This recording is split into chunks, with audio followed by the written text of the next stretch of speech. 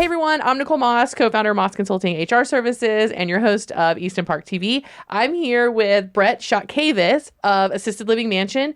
We're about to talk about all kinds of crazy, awesome things. We're going to talk about real estate, taking care of grandmas and grandpas, being an entrepreneur with your spouse, how you kind of started your business. So let's just jump right in. We have so much to talk about. Let's go. Let's go. So I know you gave an intro already, but talk to me like I'm five. Like you have there's three pillars to this business, right? Can you just explain each one? But I'm five, for our listeners who don't know and for me who don't know. So our model is we build and operate 16-bedroom mansions. Okay. Right. And I kind of dumb it down in this way. And I say that we offer all of the same care and amenities that you would get if you go to one of the big smelly facilities, right? The big 60 beds that you see. And so we can offer, private rooms. We have a chef, we have a salon, we have a library, we have a garden room, right? And everyone has their own beautiful room, private bathroom. And we do all the medications and we have 24/7 staff that take care of you. But instead of this big 4-story building, it's in a custom built 10,000 square foot mansion of a house. Awesome. And so we build and we operate those. And to kind of answer your question here, there's really 3 components that we do ourselves and then help people be able to do this themselves. So that's the real estate side of this. Mm-hmm. And then people that we partner with, they come out to the greater Austin area, walk through our buildings and literally copy and paste our mansions. Awesome. The second part of this is marketing, and we have a marketing team that leads you on it. And I'd really say there's kind of 2 sides to marketing. There is all the front-end digital marketing, the website, the SEO, and then we also use that into the social media side, really to raise money, right? How do you, go and do this kind of deal, which costs several $1 million? You go and you find an investor partner. And so a lot of that is the early documentation, sharing on social media of really sharing your story. Gotcha. Then that goes into the backside of marketing, which is really how do I fill these beds? Mm-hmm. And then so that's something that Laura and I developed this program we call the Strategic 20. And the gist of it is, how do we steal grandmas that are getting bad care from the big smelly facilities? Love right? it. Because everybody in this industry, right, they're burned out on these big places, especially post-COVID. They want something different, and then we provide that. Yeah. The third pillar of what we do is the operations team, and my wife Laura leads that part of the team, and it's really all the little details about providing amazing care. And you can have the most gorgeous building in the world, but if you provide amazing or crappy care, you get known in your city as don't go to those places. That's why big corporate, they can have these huge, gorgeous buildings and they're 65% occupied because they are known in this tight-knit community of nurses and doctors and home health and rehab. Don't go there. That's where mom is going to suffer and die. Ugh. So the core of what we do is ultimately providing amazing care and love.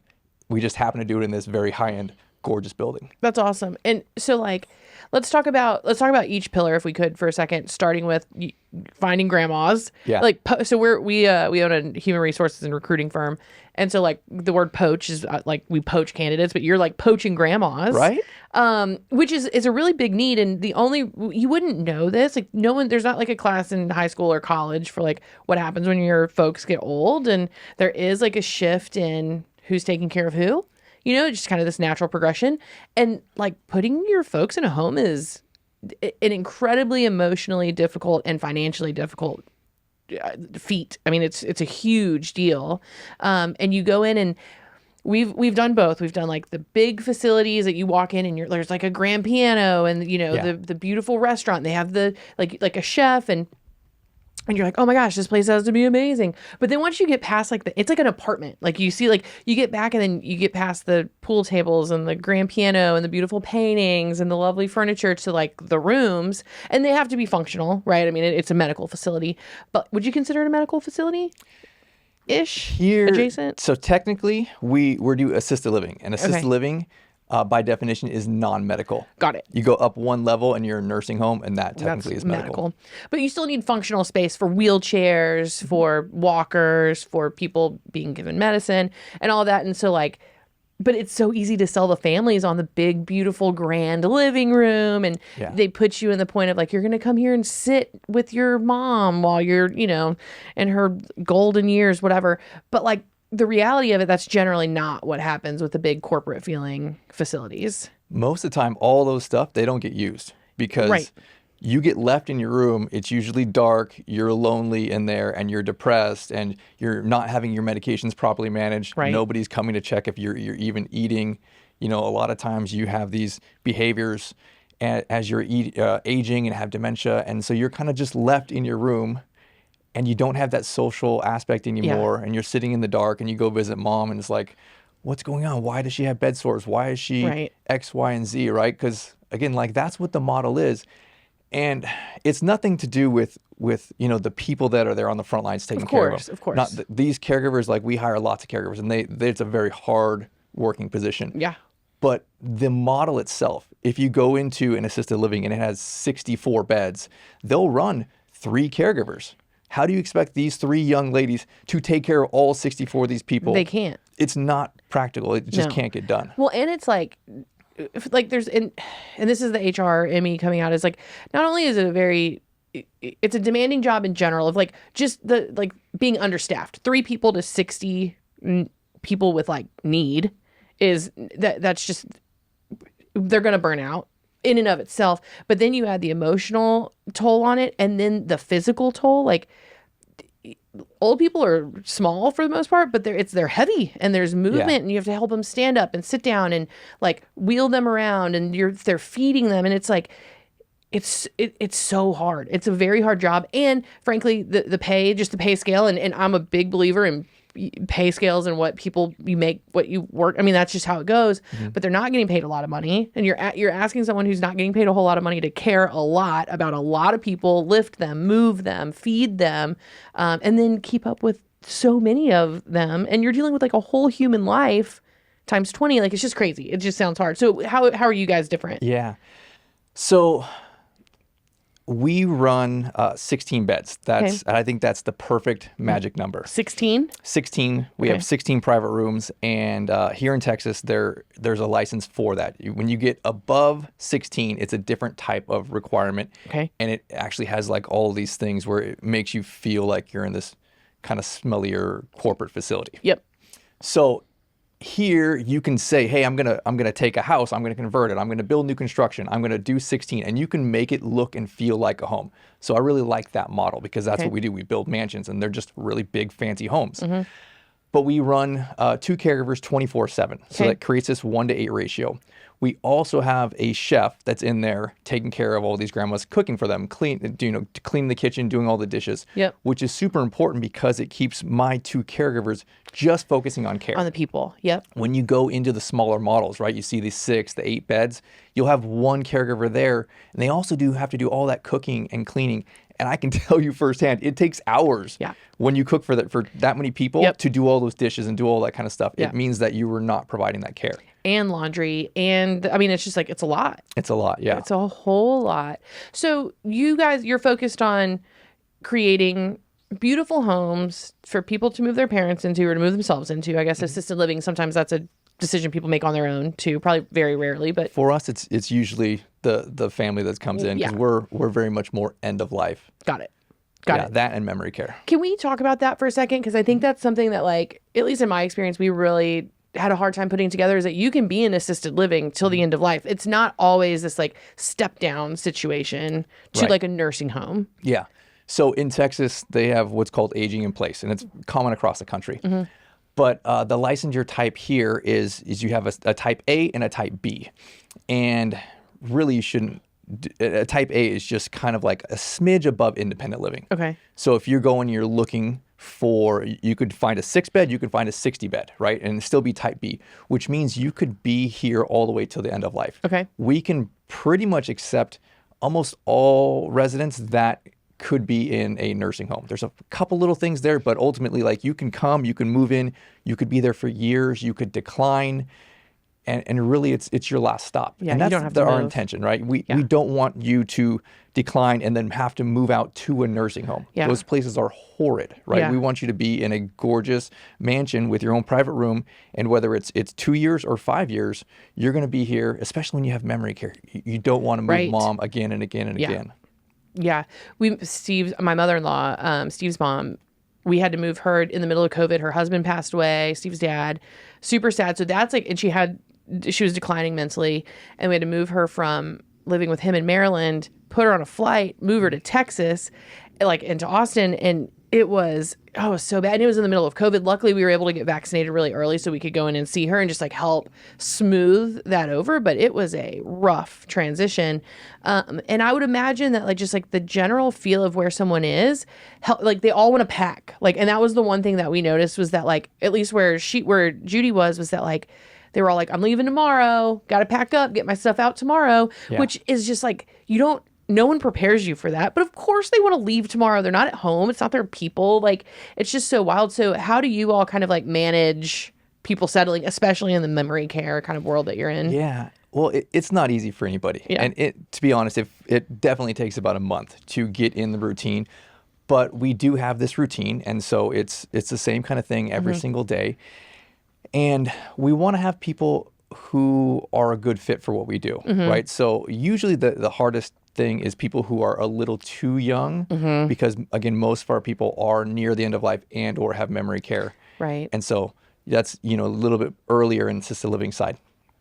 But honestly, it's just really giving a crap about people, I think, is the difference there, right? Like you actually have to go and you have to spend time with those people. You have to build these relationships. Yeah. And I think that's where what we do and not being big corporate and, being able to hire and fire the right people, remove the wrong people that don't care. Yeah. That makes all the difference because honestly it is like, let's care for you. Let's go sit in your room when you're having a hard day. Let's hold your hand. Let's pray with you. Whatever we need to do, right? We're here to really love you and make a difference. And sometimes it's not the medical things. Right. Sometimes it's just the people things. Right. Yeah, it's everything. They're like a whole human with feelings and emotions and all the complexities of everyone else, right? So how does the mansion model kind of improve care and the quality of life for seniors? Well, I think the easiest way to describe it is look at the alternatives. Most of your alternatives, if you cannot stay at home and again, like we're here to solve a bigger problem, and that is usually a physical or a cognitive problem. So most of the times you will stay at home as long as you can because honestly, this stuff is expensive. Right. And you'll have family take care of you. But when you get to that place where it takes two people to get you out of bed and onto the toilet, and you become incontinent, or you don't remember who you are anymore, or where you are, and you start running down the street in your bathrobe, then it becomes this problem. And so historically, there's really been two options for that solution. The big facility, and I kind of hate on them. I call them the big smelly facility. Yeah. Well, they are, though. I mean, they're big and they're smelly. Yeah. And there's facility. So there's that, right? And there's advantages there, but there's a lot of cons. The advantage being usually you have your own private room. There is some type of professional chef to be able to cook usually in mass for everybody, right? They have some type of medical director with some type of experience. And then if you look at the other side, what has really started in the last, 10 to 15 years is the smaller, more mom and pop model, right? And we call them RALs, right? The residential assisted living. And so that's usually you take a house, right? And you take your 4 beds, you convert the garage, and now you have 6 beds. And there's pros and there's cons to that as well. But usually it's, hey, you know what? I don't have all of the amenities that you do want from mom. Usually it's shared rooms. They don't have their own private bath. It's one caregiver who's cooking top ramen or whatever because they don't have the time to be able to spend 4 hours in the kitchen. Right. You don't have that medical person. You don't have the locking doors for Alzheimer's and things like that. So I think really we came and we said, okay, we see too big as a problem. We see too small as a problem. What we know people want is they want all the care and amenities that you can get from the big guys, right? But you also want it where people care about you. And but then you want the smaller, more intimate. You don't want to leave your home and go in like this institutionalized facility. Right. It may be nice, it may not be nice, but it still doesn't feel like a home. Right. So how do we take both these things? How do we build, luxury homes and offer, again, all of those amenities? And I think that's where most people, smaller businesses, entrepreneurs are kind of missing that click. They're going and saying, hey, you know what? I have a house, right? Or let me go buy this ranch style house over here. I can have 6 or 8 bedrooms, but they're not coming in with thinking about the services. Right. Because you can do that, but then what happens when mom does decline and need the hospice and the home health and the more doctor stuff and the medication stuff? You don't really have the budget to be able to afford those kind of things. Yeah. And honestly, a lot of this model and why we can provide great services is a math question. How can I afford the best staff and the resources? And so that's why I think 16 is the best number. Got it. If I build a big mansion, I have 16 private rooms. It does allow me to bring in, honestly, what my grandmas need. And big corporate can afford it, but then the culture is bad. Yeah. Yeah. That's awesome. So and I don't mean for this to sound in any way insensitive, but like the people are kind of like, the service is your widget, right? Like you're building the facilities for the people. You're really, if we're looking at it like a level deeper, this is a real estate play for you. And so can you kind of walk me through the model of like, finding investor, you find a piece of property. Are you looking for land first? Are you looking for a home that's there that you want to demolish? Like what's kind of your, like taking a step back and looking at that part of the model, what's your strategy? Sure. So I guess to clarify that part, I would say the primary play here is a business opportunity. Okay. So we make cash flow and that's, I think the biggest opportunity is for people with some type of experience, whether it be business experience, real estate experience, nursing experience, to go in and say, okay, here's this model. I can replace my income. You can get to a place doing what we do where we don't work very much anymore. Less than 1 day a week, we've come and we've built our business into those things. Awesome. So consistent, steady income. Then I would say that's the primary deal. The secondary deal is the real estate play. Okay. You can build a lot of money in equity doing these things. And so really, I think it's more of a back-end play. It does allow you to bring the investors in because their capital commitment is backed by real property, right? There's less of a risk to that place. You have, again, that real estate component for the bank to be able to leverage that. So it makes it really applicable to be able to do this deal as opposed to, going, I'm going to rent this building. How do I get a loan for all of this kind of stuff? How do I get this stuff? Right. We're going and we're building, these 10,000 square foot mansions, and it's about a $3 million project. Okay. For the real estate, the operations money, you have money for furniture and FF&E and all that kind of stuff, the safety net and reserves and working capital, all of that kind of stuff. So with that in mind, I think that the best way to kind of deal structure this is we go and we use an SBA loan. Okay. Right. So SBA can lend 90%, 85% of these kind of deals. Yep. So therefore, you just need to come in with $300,000-$400,000, and that's all the money you need. That's not just to get you started. That's really like taking you all the way through stabilization. Yep. So then it makes it super practical to find an investor partner. $300,000-$400,000 is not an unreasonable amount of money to bring in, and you can give them a solid return in an equity position where they have now cash flow and they have the real estate play. Got it. So I think that right there, lending and the interest rate and all of that kind of stuff is really difficult in the current marketplace, right? And you're looking at, what kind of real estate deals can I do? There's not much happening in multifamily and syndications and flipping and rentals. None of this stuff cash flows anymore. Right. But because the real estate play is the secondary deal, and there's really high margins of cash flow on the operations company, I think this is where it's at, especially with baby boomer, everything coming in. It's just hard to do any of these other kind of real estate deals. Yeah, it's in another lifetime before we started this business. I was in commercial real estate. It was before COVID, and I had left. We were on the broker side, and I did operations and HR, but worked very closely with brokers. Not so much with property managers. I like being on the broker side. We were really good at making the problems. We didn't want to be the one just to fix what we broke, but it was fun. And what was really interesting about commercial real estate, and we started this business, and I quit my job in commercial real estate on in the middle of February of 2020. We went on a trip. I went on a big skydiving trip. Steve took his drone. We went to Colorado. He was just flying his drone. We were just like, woo, spend all our money. We're about to blow up this business that we were starting, whatever. Then COVID happened. And we were at that time only recruiting, and all of our clients called. They were like, we can't. We're not hiring right now. Like, the world's imploding. No one knows what's going to happen, right? So we were like, shit.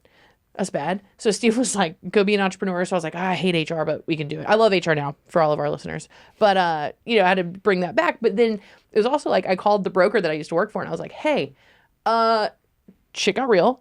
Can I have my job back? Like even part-time, whatever. And he was like, no, commercial real estate's about to die. Like no one's coming back to the office. We don't know how long this is going to last. And so it was a really weird time in commercial real estate.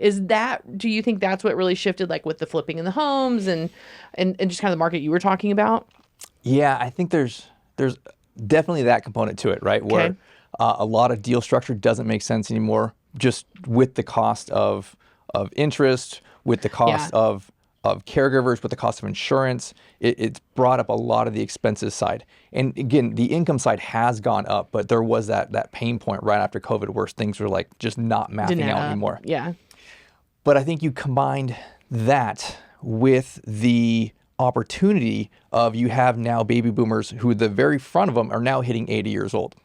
It's more than 10,000 people a day turning 65. And if you look at the numbers of, we have this huge opportunity, but what's happening? What's happening with the development side? Why? Well, I mean, I guess I can tell you the numbers. We are short on building beds for this baby boomer end of life generation. Okay. We need to increase it by 2 to 3 times our current construction rate in order to keep up with demand at a 90% occupancy position. No way. By in the next 5 years, we're going to be drastically short of beds. So then what happens? What happens is the people like me who do an amazing job, we build a massive wait list. I mean, we have like 50 plus people on our wait list. So that's why I'm scaling this and saying, hey, how many beds can I build and reasonably do it? And that's why we're partnering with people around the country to do this, because you really have 2 things. You have a huge need, right? And a low supply. But even if you do have that supply, it doesn't solve your problem as a family, right? If you're taking care of your own loved one and you see it and you walk in, it's like, this place is dog crap. It smells horrible. These caregivers are neglecting the families. Yep. It means it's like a great restaurant. Everyone wants to go to that great restaurant and no one wants to go across the street to the bad restaurant. Yep. It's kind of the same thing. So you have these companies who you have beautiful buildings and provide great care who are just getting overwhelmed with people wanting to move their loved ones in, and then everyone else either, nearly empty or, somewhere in between. Do you think that families will choose to keep their loved one at home instead of putting them in, like, what do you call it, the big smelly facility or whatever? Yeah. Do you think that people are making that choice? I think everyone, that's their first go-to option, right? But when you math it out, it's like $25 an hour to hire an in-home caregiver. Right. Right. To be able to do that. And that's, 8 hours a day, full time. It's almost the same price as going to assisted living. Yeah. And then you still have to pay for the housing and the food and everything for mom at home. Right. But now so that's the first option. But what happens when you get to a bigger problem? Of mom falls, she's not managing her own medications anymore. You go and you find her and she has 50 pills in her pocket.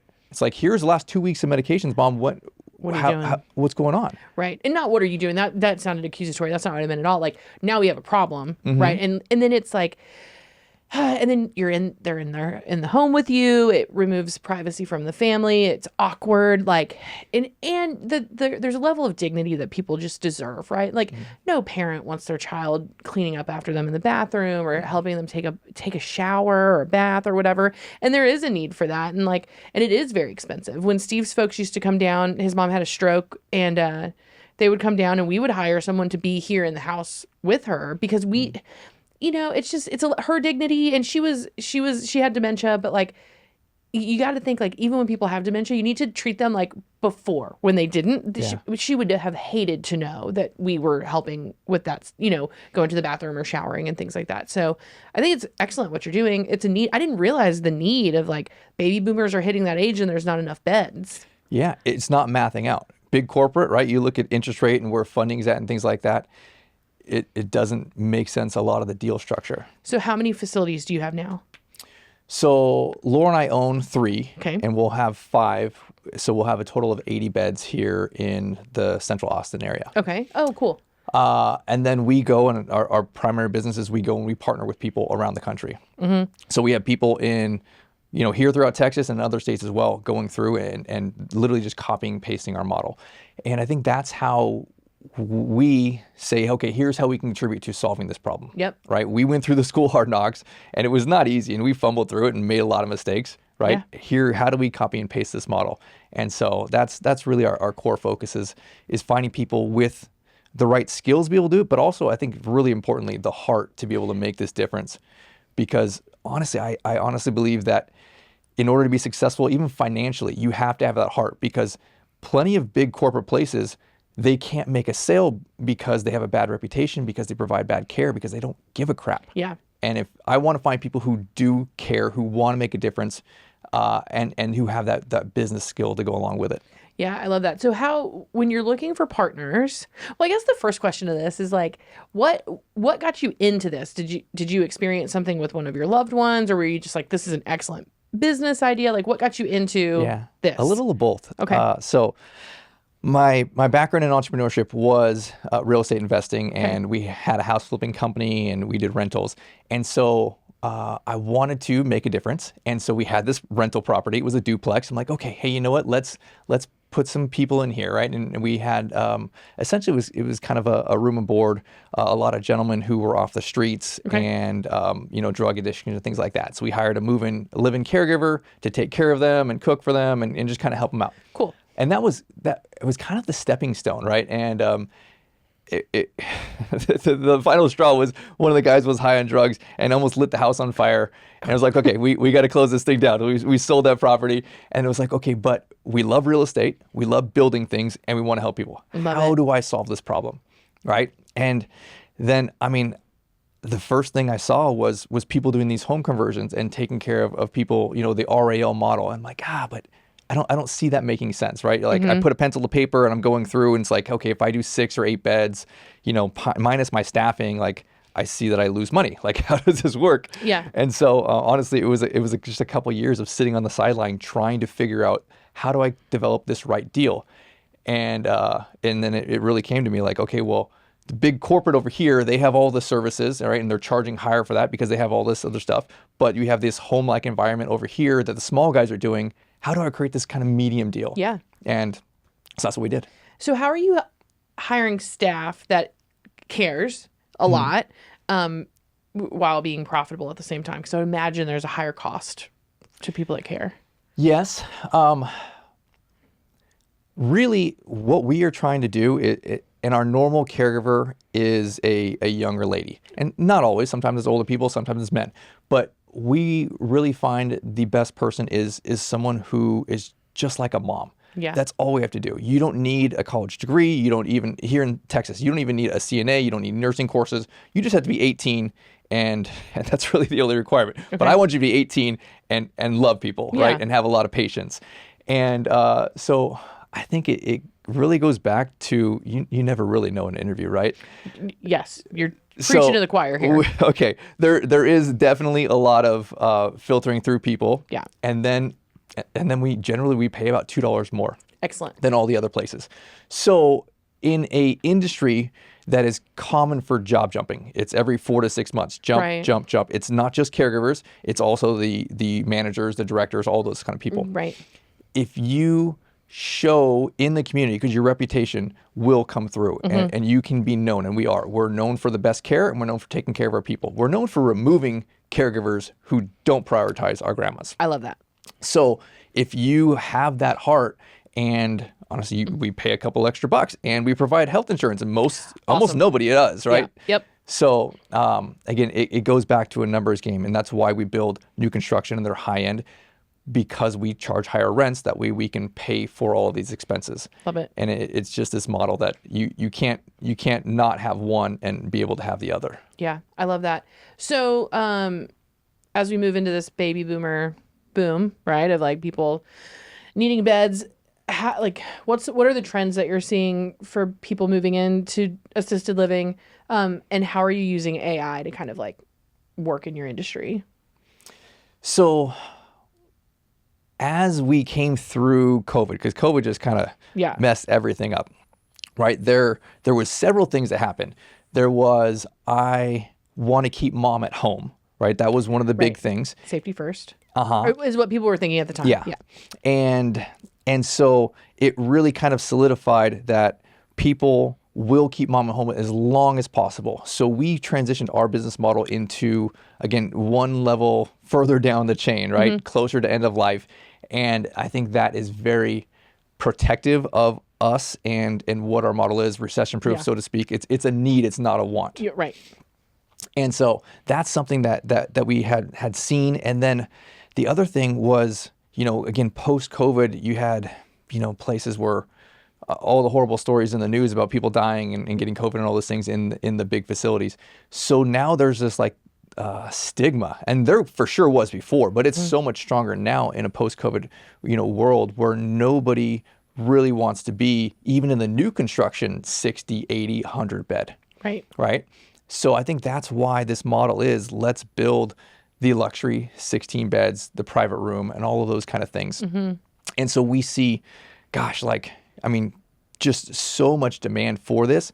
In the last couple years, we've seen a lot more demand for new construction going into this kind of space, away from the alternative of a new young entrepreneur jumping into, let's convert the home. Yeah. And so I think the numbers, the math just makes so much more sense to be able to do that, especially with the the imbalance in the market with interest rates being so high. You can come in with some of these funding types and bank types like SBA to be able to actually put together a really great deal where big corporate actually can't do that, right? They're not available to do things like SBA. Would this be considered a residential or a commercial? That is a zoning question, so it is case by case, city by city. Interesting. Very so there interesting. are some that like, hey, yeah, we consider you residential, and then there's some we consider you commercial. What's more beneficial to the business? I don't think it really is applicable. Interesting. So you partner with people. What's the timeline on like start a build, or you start renovation, whatever it is? Like, what can your partners expect? So the first part of this, right? We start with real estate before we start operating. So the real estate component roughly takes about 18 months. Okay. It can definitely take longer, depending, honestly, really just on finding your land. So really that's the first step. Let's find the land, let's go through the permits. And sometimes you find the right piece of land within that first month and you're making an offer and you're like gung-ho and you're going for it. And sometimes it takes an extra 6 months, right? You're trying to find this vacant piece of land that has all the right utilities and has the right zoning type and all those things. And it's not an easy process. Right. Then you go through that, and then construction. Construction takes roughly about 9 months. It's there's a lot of time and planning goes into the front side, and then every little detail is built out, right? It's not like you're opening walls and you're surprised by something. It just, once construction started, it's just like boom, boom, boom. It's like, whoa, we're flying through this thing. These are new builds. Like, you're not converting. You're not like they're brand new. Do you have like a vendor list that you prefer to work with that you trust and and you guys can just like kind of have a process now? Yeah. So, I mean, same thing with our partners. They have, all of our plans, the CAD files, we have everything there. It's just, you can hire your own architect, engineer if you're in another state. Like, it's literally like, here it is. It's copy and paste. Here's all the design specs. Here's everything that we use. So we're going through now and putting into this different program so that we can have a 3D model of this. So I think it's some pretty new technology where you can wear these goggles and then be able to walk through our mansions virtually, have some of our partners go and be like, all right, well, what if I wanted to change the floor here and the paint here and this kind of thing, and be able to plug and play that and see it all. Very cool. That's kind of what we're developing right now. I love that. That's really cool. Like, it's like, I mean, it's instant ownership too, where you can go and kind of like walk through. What's your favorite part of all of this? The construction. I love seeing things come to life. And I mean, you walk through it, and I mean, this was, it's in your head for so long. You have this vision for it. You have this dream for these kind of things. And especially before you start operating, like when the building's there and you can just walk through it and just be like, oh man, like I built this. This is awesome. I think that's what gets me excited. At what point, and this is just going back to my commercial real estate days, there's like points where we're in development, but you're like pre-leasing, like you got to fill the space, like so that when it's open, it's filled and you're charged, rent and all of that. So like, how are you, at what point in the process have you like construction started? Now you guys have like the operations probably pretty dialed in. Yeah. But when do you start marketing? Like you said, we were talking earlier about the marketing, like the back end where you're getting butts in beds, people in beds. So, I break it into kind of two sides to the marketing to fill our beds. And really the first part is all based on relationships. This Okay. industry, it's not, it's not Facebook ads, it's not pay-per-click, it's not direct mail. It's all relationship based. Okay. So it's the home health, the hospice, the nurses, the doctors, the rehabs. All of those people are sending you referrals. So the first part of your action steps while you're under construction is going and building those relationships. And so we'll go do tours, and the first, really up and through kind of like paint, right? When you're like a couple months away from construction or from construction being finished, is really a lot of tours and networking to build those relationships. These people, say they're hospice nurses is one of the most common. They're going from big box to facility to independent living to mom's home and just making the rounds. And they know, and they're burned out on the industry. They know everyone's crap, right? And so they're having these meetings every single week with the power of attorney saying, hey, you know what? We need to change mom's care plan. Mom's declined here. We need to do this, right? It's now time for the next step. And so we want to be that next step. So we'll spend the first 6 months of construction sharing, here's what it is, this building here, right? It may just be, sticks at this point, right? There may be not even a roof on it, but we're sharing what the vision is. And honestly, we're sharing our heart. We're saying, hey, you know what? We are taking care of our own family. Like it was my grandma was the first person that came in. Okay. So we again, kind of, I take that stance of away from big corporate where people get bad care, and we're going to bring this in family kind of run business. So we spend that first 6 months marketing in that way, building relationships. Cool. And then that naturally just sets us up to the next part is those people who we built those relationships with are now sending the people that they see, the daughter, right, who's usually the power of attorney for mom, saying, hey, why don't you go, I know they're opening soon, why don't you go tour over there? And so we'll do that. The last couple months of construction, we start getting deposit checks for mom and start claiming, hey, here, I want this room and this room and this room, right? And that's cool. Once we get our license, then it's like, all right, it's this wave of people moving in, and most of them again are not coming from home; they're coming from the big facilities nearby. Yep, that's awesome. And so, oh, that's so cool. It's almost like I don't know, I'm just likening it to like the first time I ever got an apartment when you're moving out, kind of out of the dorms, and you're going to get your own apartment. And it's like you get to pick, you're just all excited about it. And that's so cool that you're creating this like positive, this is going to be fun. It's a brand new facility. Like that's so great. But on the flip side, just thinking like my business brain is you're prospecting all the time. So even once the facility's open, and like you said that those hospice nurses are going from like big box, and then they go to you, and your staff treats these people, I'm sure that there's a level of strategy of like treat them very well. They're one of our biggest referral sources, like making them feel at home when they're coming into your facility. I would assume that just creates the warmest referrals ever. Yeah, they become, they're not on our staff or our payroll, but they become part of our like extended family. Like they're there. Especially hospice nurses, they'll come in 3 to 5 times a week, right? And they're seeing all the different grandmas and grandpas, and they're part of our stuff. And honestly, like we'll fire them too, right? We will call the hospital and be like, that person cannot come back, right? And so it's super important. Yeah, let's talk about that for a second, because as harsh as that sounds, it's critical, and it's critical in any business. And we're really like, a lot of what our job is terminations and termination strategy and making sure that that's all done, but done correctly. But like for you all, you can't afford to have a bad hire there for very long. So how do you vet those out? Because everyone's going to interview well, right? And you're going to get the best. You get the best version of every person in the interview. That's as good as it's going to be. And like your first 90 days, like probably pretty good. Everyone can pretend for like 60 days anymore as our workforce gets younger. But at what point are you like, this isn't going to work? And how do you kind of handle that? I would say that we probably have 2/3 of our caregivers as solid rock stars. Love that. And that's with us for years. That's a great percentage. Yeah. And then the 1/3, they're good for 4 to 6 months. And then it's an evolving door, a revolving door, I should say. And most of the time it's personal stuff. Yeah. Right. Like life's ups and downs, and they can't get it together. And then they let their emotional stuff kind of just take over, now start, performing subpar.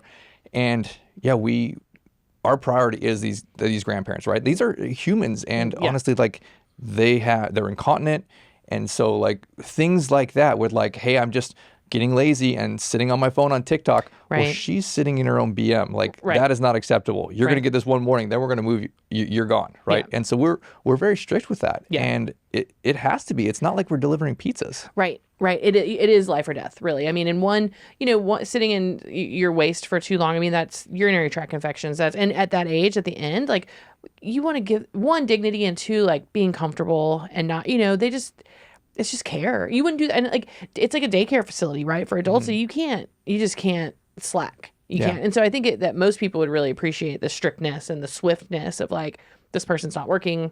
We'll give you, of course, everyone gets a chance. Like, everyone can have a bad day, of course. But like, couple in a row, you got to make a move, because it is someone's mom, or grandma or grandpa or aunt, uncle, whoever. The hard thing about this is literally you and I will get there at some point. Right. Right. It's not like, oh, it's for them. Right. It's for the people with special needs. I don't have special needs. No, we are all going to get to that place. Right. It's scary. It hits home for me personally. And so I think that this is something that I can really get behind. Like, there has to be absolute good care, because I'm investing in this for myself at some point. I know this is going to come around. Right. Well, and that's a really, really good point, is like, we're all, God willing, of course, like, we're all going to be in that position where someone's going to have to take care of us. And it is a little scary in some of just the experiences that Steve and I have had with the care of his parents, where you're just like, there's no one there to advocate for them. And I think one of the saddest things, I'd be really interested to hear your opinion on this, is, we were able to be the squeaky wheel a lot of the times. We're like, this is not right. What is going on? She's not eating. Yeah. And more so when we brought her to Texas, and they were in Maryland, it was harder to be the squeaky wheel. We're going off of what they said versus what the director says. But what about people who don't have any more family, or they're literally there solely depending on your people working in your facilities? They can't advocate for themselves. They can't ask questions. They probably have dementia. Like, how do y'all handle that? It's not too common for us. Okay. Because we're private pay. Okay. So we have a certain caliber of family that is financially prepared. That means that, that person's usually more involved. And that doesn't mean that they come visit. But okay. So there's, I guess, kind of two there's two groups of people, right? Yeah. Of our grandparents, we'll have maybe 60% where families come pretty regular. Like, it's usually the daughter lives nearby. She comes, spends, an hour with mom 2-3 times a week. Mm-hmm. But there's definitely 25% to 33% where drop mom off and that's it. Like, we'll come once a year or something like that. And that's when we take up that burden. It's like, hey, you know what? Honestly, we become like the family to them, right? Like, there's been times where it's like, I mean, it's hard for our staff when these people pass, right? And it's emotional. We bring in, counseling support for our staff. Like, we become family. You'll be with us for years, right? And those are years of birthdays and Christmases and Thanksgivings and all the things. And there's two sides. Like, I can see both sides. I mean, frankly, it's not fun to go into a facility to see your parent declining, right? Yeah, it's not good. And other people declining, and it's sad. It's really sad. And it's like more like you're facing your own situation. Like you said, like, this is going to happen. And whether people decide to face that or not, or blame it on it smells funny, or it's boring, or I got kids, or whatever, right? Yeah. But like, it's there's so much more time spent from, even if you go, Steve used to go see his mom like every day, literally almost every day, and we would have dinner with her twice a week, and we were so glad when she was here. But like, still at that rate, the staff was spending more time with her than we were. Mm-hmm. And I mean, they were at birthdays and Thanksgivings and all the things. Like, of course it's sad for the staff. It should be. Mm-hmm. I mean, I hate to say that, but like, if they care and they're invested, like, and I'm sure that you get closer to some people than others, because that's just life with people, but like, that's got to be brutal working in loss. It is. You get your favorite grandma, that's for sure, right? Yeah. And that's beautiful. I mean, we're all, like you said, we're all going to be there, and to know that there are facilities out there that can help take care and make it beautiful towards the end. And I think, my experience with the end of life, I've been very lucky to, and I wouldn't have said this probably 10 years ago, but now as I age, I feel like I get it. I was able to hold all of my grandparents who've passed away. I got to hold their hands when they passed, and nice. And you feel their life leave their body, and you're there in that moment. And those are beautiful, special moments. They're terribly sad, but it's such a beautiful moment. And your caregivers are like there for that moment for a lot of people. It's deep. It is. It's special. And, honestly, sometimes it's a surprise. You'll have, one of the residents totally fine, and daughter comes visits on Friday, and then by Monday it's like, what just happened? Like they're gone. And then sometimes it's much longer, and families there holding their hand for days. Yeah. And it's a hard spot either way. Yeah. I mean, just like every person, every scenario is going to be different, and it's beautiful every time. I mean, passing into whatever comes next, and we don't have to get into religion or anything like that, but like whatever comes next it's got to be cool, like, I mean, it's so super sad for those left behind, but those moments, and I think that it's just the caregivers. I think in COVID, they were recognized for the first time in a really long time, and just general healthcare people, like not just in assisted living facilities and nursing homes, but like nurses and doctors and CNAs and any level of care, like that you can give care to another person like that is just so very special and beautiful. Yeah. Let's talk about how you got into entrepreneurship and decided to start your own kind of thing, I guess, starting with real estate. Like, what jumping off point, was there like a situation with a job, or have you always just been super entrepreneurial? No, I wasn't. So both my wife and I met in college, went through that stage of life. We were waiting tables through college, and then really were taught to find a government job with a pension, right? That's your safety net. That's how you retire. And so I went through paramedic school. I went through the fire academy. I was trying to get on as a firefighter. For that plan, right? Like, not because I want to be a firefighter, like I'm counting down. I'm like 25. How long till I retire, right? Like, what a terrible way to look at things. Yeah. So, anyways, so that was kind of our path, and just wanted something different.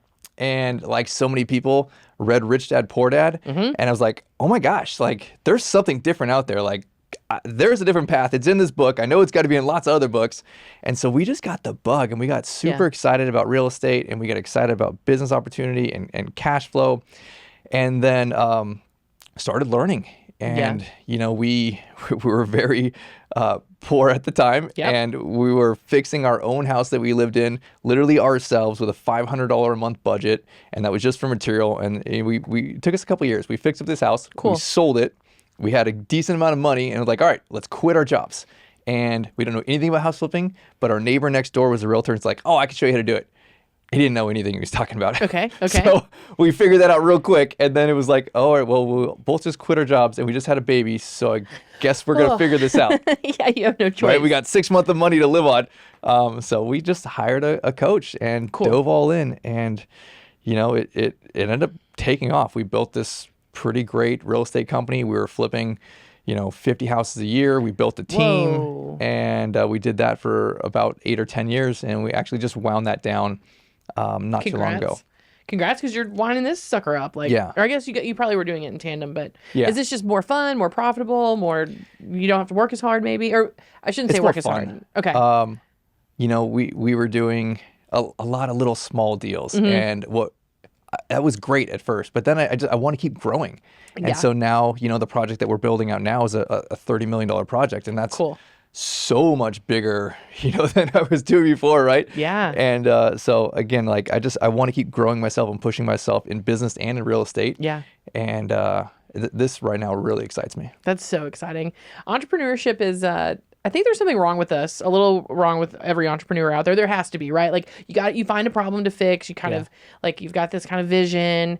I don't know about you, but I'm pretty hard to work with. Like I'm like, I don't know. I got my own, I just move to the beat of my own drum, and I have an incredibly, that's what it takes, cool staff that they move around me, and but it's cool. Like, but entrepreneurs are so fun. Like, it's just, I don't know. There's just like being okay with risk, and like, I'll see what happens. Usually there's a plan behind it, but that it may not work out. And it's been really, really fun. Did you have a mentor that was like, y'all both jumped off the deep end? You both quit your jobs at the same time? Right.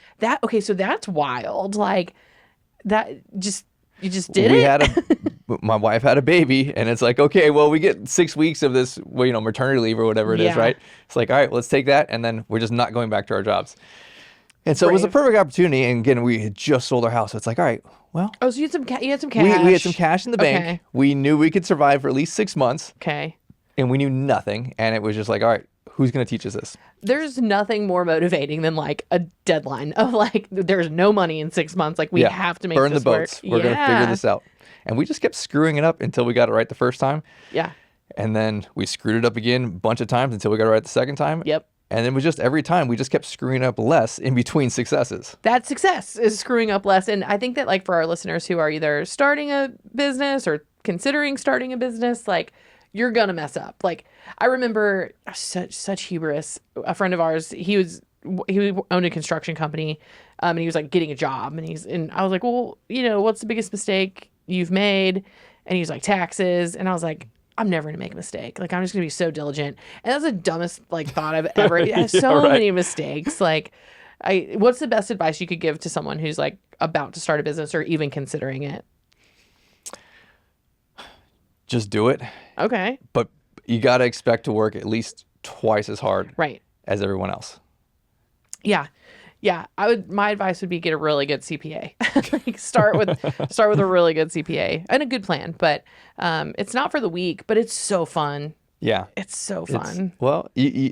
Man, I don't think it's for everybody, to be honest. It's not. There's a weird group of people who that can just go after it. And you have to be obsessed to do this kind of thing, or else you'll last for a couple years, but then, like the ups and the downs are extreme. Yeah. And you have to be able to hold through all the downs. Well, you and your wife are in a similar situation as Steve and I. And for Steve and I have always owned the business together. The idea came together. We were very lucky that he had a great, I wouldn't say a very high paying, but a great stable job, high paying. He's a commission sales guy, did commercial AV for a long time. That without that steady income, me out here just throwing stuff against the wall to see what worked, it wouldn't have worked. But he and I now are in the business 100% together. We're both salaried employees. It's very exciting. We have a team, but entrepreneurs talk about being lonely a lot. And it's really nice to have like your spouse with you. Like sometimes we feel lonely of like, oh shit, this is, we're going to be the ones that this hits, but it's nice to have someone, especially your spouse, to go through that with. Yeah.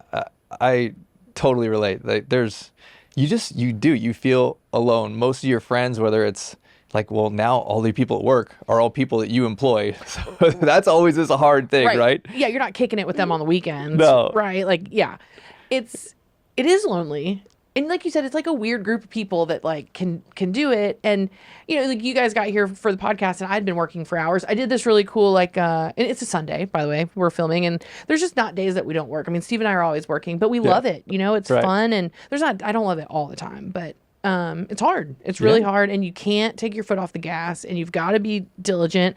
And then you've got, you got your clients that you have to deal with, which is, we love our clients because that's what keeps us in business, and our team, which helps us run the business.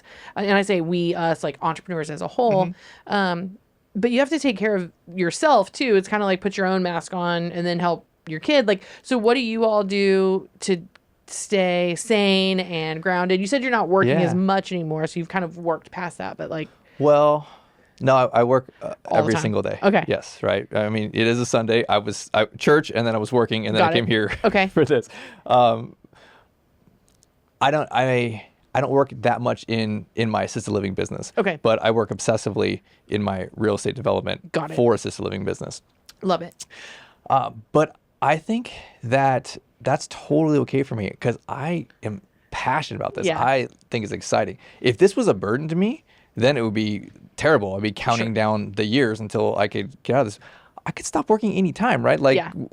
But I don't, because this is fun and I'm building something cool. And I think some people, entrepreneurs, they just, regardless of the money, take it all away. They want to do something exciting. They want to do something of value, make a difference in the world. And this is my little difference. I help lots of grandmas and grandpas, and then I help a lot of other people who get to help hundreds of grandmas and grandpas themselves. And I'm making a difference across the country. Yeah. So how, like on a partnership level, if someone wanted to partner with you all to invest or like start, maybe build their own, like how do they find you? Yeah, there's a couple ways. So our website is assistedlivingmansion.com. Okay. Go check us out there. And then my podcast is Assisted Living Investing. Cool. So I'm very open with what we do. And whether it's on the podcast or on my YouTube or on our website there, I pretty much say, here's step by step, right? Go do it all yourself. Yeah. There's a bunch of different free trainings. There's got to be 15 hours of here's step by step how to go do this yourself. Love and it. it's all right there. Because again, like I'm coming from abundance. I can only do so many of these things. And there's a big old world with a huge opportunity. Yep. So go make a difference. Yeah. I love one of my mentors who's an entrepreneur. He was like, he was a commercial real estate broker. And he's like, when we were talking about deals and sharing deals, and he's like, work with people. When you're like this, you only make so much money. But when you're like this, we're all making more money. And listen, there's a passion, but we all need to make money to live indoors and eat food and pay for college and kids and life and fun and all of those things. But it's so much more fun to work with people. And it tends to always be so much better, both like spiritually, personally, financially, to open your arms and be part of a cool team. So as far as like an investor or partner, if someone's thinking like, oh, I really want to do that, like what's like the ideal partner? Like where in their business or life would they be to want to be able to partner with you? Yeah. So usually some type of applicable experience. Okay. Right. And that might be medical, you know, it might be I'm a nurse, or I used to be a nurse, or I'm doing something like that, or it's I have some type of real estate background. I've built things, I've developed things, or just I have some type of applicable business experience. I think that's really the core of this, because we're going to go and we're going to get a $2.5 million loan. Right. It's the first thing the banks want to check. Why am I giving you this money, right? Right. What is your experience? And again, a lot of it is we are providing the framework and the experience that they're missing, but they need to be able to stand on their own for that perspective on experience, but then also on financials. Got it. Right. You can't be, somebody who doesn't have their financial stuff together. Right. Right. So you can go do a small deal and, all that kind of stuff on your own without having this stuff together. But if you're going to do, they're not small loans that we're getting. Sure. So financials together, some type of experience. And I think really it's just the personality and the heart. Yeah. Right. Are you in a stable place to be able to do these things? It's not a passive investment. It's not like I'm going to go do it across the country. So you should live near a great opportunity where this makes sense to do it and where you want to do it.